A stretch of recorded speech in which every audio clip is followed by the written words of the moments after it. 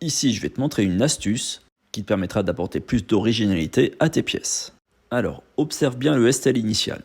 On a un cadre assez simple, une figurine de chat et des cordes qui donnent la sensation qu'il s'accroche à un store. Sauf que si tu imprimes tout d'un bloc, sans donner d'effet de texture, ça va rester très classique. Nous, on va faire plusieurs choses.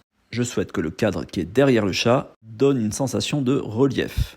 Je voudrais que le chat n'ait pas de dernière couche, mais par contre il faut que le cadre soit bien fini sur la dernière couche. On va procéder à 3 découpes. Une découpe sur le fond du cadre, puis une juste en dessus du chat, et bien entendu on laisse toutes les pièces assemblées. Tu te retrouves donc avec 3 morceaux.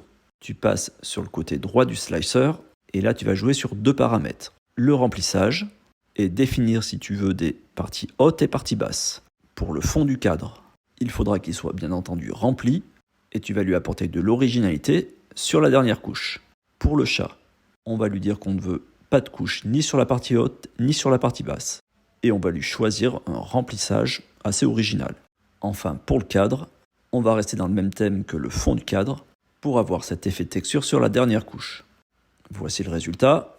On voit bien ici que le fond du cadre est travaillé, qu'il n'y a pas de partie basse sur le chat ni de partie haute.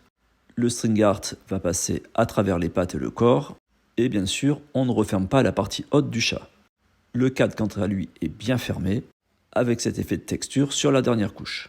Et maintenant, je te laisse voir la vidéo du résultat final.